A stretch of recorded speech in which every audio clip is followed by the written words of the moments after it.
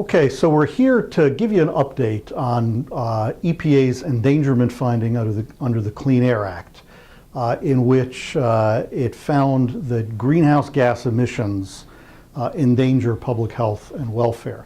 And you'll remember that last month we filed a petition for reconsideration with the EPA, asking EPA to reopen the administrative record based on what the media has come to call the Climategate revelations, in which the scientists that were responsible for the underlying data that supported the finding basically stated that the data was unreliable. And given the potential enormous impact of the finding on the national economy, PLF filed a petition to make sure that the public, and more importantly, the Science Advisory Board, could fully vent the issues in those Climategate documents. Well, a lot's happened in the months since we filed the petition.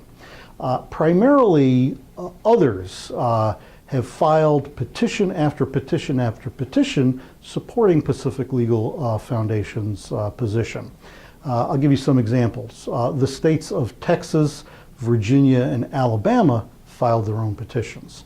Trade associations throughout the country filed their own petitions. Industrial companies, energy companies, even small mom and pop operations have filed their own petitions. Now, there are two kinds of petitions out there that I want you to know about. Number one are the administrative petitions, those that were filed directly with EPA to have EPA reconsider the endangerment finding. That's the kind of petition that PLF filed. Number two are the judicial review petitions. Those are actually cases brought in court asking the court to overturn EPA's endangerment finding. Now, I've been in contact with a lot of lawyers representing the petitioners in these cases, and it occurs to me to let you know this.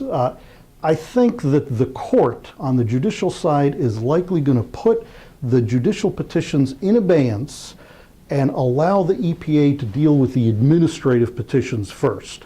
And in that way, if the EPA reopens the regulatory proceeding, then there really will not be a need for the judicial petitions to move forward, at least pending EPA's reconsideration.